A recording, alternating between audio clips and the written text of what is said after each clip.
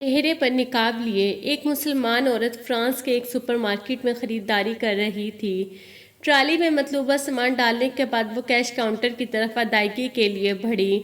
چست لباس پہنے ہوئے سیل گرل اپنے نقش و نگار سے عربی لگ رہی تھی۔ اس نے حجاب میں لپٹی عورت کو ایک حقارت سے دیکھا اور بڑبڑاتے ہوئے اس کا حساب بنانے لگی۔ حجاب والی عورت خاموشی سے کھڑی تھی، لیکن اس کی خاموشی سیل گرل کے لیے مزید جھنجھلاہٹ کا باعث بنی۔ بولی، پہلے کیا کم مسائل ہیں؟ فرانس میں ہم مسلمانوں کے لیے روز ایک نئی مصیبت کھڑی ہوتی ہے۔ تمہارا یہ نقاب تو ان مسائل کی جڑ ہے۔ ہم یہ کیوں نہیں سمجھتے کہ ہم یہاں تجارت یا سیاحت کے لیے آتے ہیں، دین کی اشاعت اور اسلام کی تاریخ بیان کرنے نہیں؟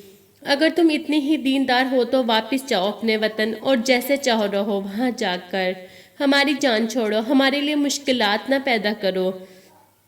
پردے دار خاتون نے اپنا پرس کاؤنٹر پر رکھا اور اپنے چہرے سے نقاب کو ہٹا دیا۔ سنہرے بال، نیلی آنکھیں، یورپی نقوش والی خوبصورت لڑکی کہنے لگی، میں خاندانی فرانسیسی ہوں۔ یہ فرانس تمہارا نہیں، میرا وطن ہے، پر میرا دین اسلام ہے۔ بات اور کچھ نہیں، بات صرف یہ ہے کہ تم لوگوں نے اپنے دین کو بیچ دیا ہے اور ہم لوگوں نے اسے خرید لیا ہے۔